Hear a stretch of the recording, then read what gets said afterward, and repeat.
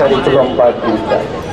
এই কারিকুলামে মানে আমাদের যে মানে টোটাল গড় যে মান এখনো পর্যন্ত আছে, সেখানে তো এই আগের ব্যবস্থাতেও তো এটা হতো। শিক্ষকের হাতে মানে ছাত্রী লাঞ্ছনার ঘটনা এগুলো তো আমরা দেখছি। ফলে মানে নতুন ব্যবস্থায় এটা তো আরও বেশি এটা প্যাট্রোনাইজ হবে, আরও বেশি তারা হুমকির মধ্যে আমাদের ছেলেমেয়েরা থাকবে। অবশ্যই ছাত্র বা অভিভাবকরা কি এই বাতিলের পক্ষে?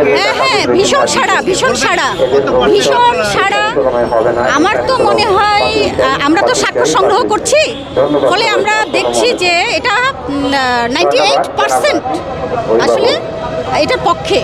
ঠিক আছে, মানুষ কিন্তু সাড়া দিচ্ছে, কিন্তু যে জিনিসটা তারা ভয় পাচ্ছে, এই যে সাইবার সিকিউরিটি অ্যাক্টের নামে অভিভাবকদের যে মামলা দেওয়া হয়েছে, সেই মামলা কারণ আপনারা জানেন যে অভিভাবকরা তারা আসলে কোনো মানে রাজনৈতিক দলের কর্মীও না, তারা হচ্ছেন মানে মোট কথা তারা গৃহিণী, অথবা তারা কাজ করেন, দিন আনেন দিন খান, অথবা তারা তাদের ছেলে মেয়েদেরকে নিয়ে থাকেন।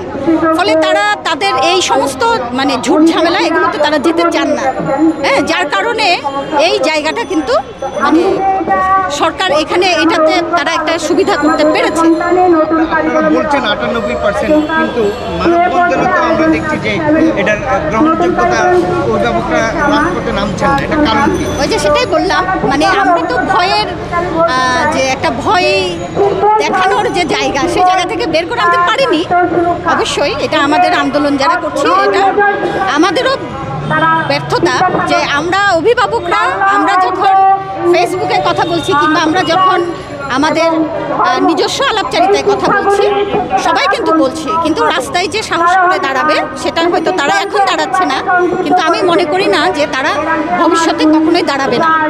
অবশ্যই তাদের ভেতরে মানে সেই যে ক্ষোভ, সেই ক্ষোভগুলো কিন্তু দানা বেঁধে আছে। ফলে যদি এই আন্দোলনটা একটি সঠিক মানে একটা নেতৃত্ব একটা সঠিক দিশায় যদি এগোতে পারে, অভিভাবকরা অবশ্যই নামবে। ধন্যবাদ।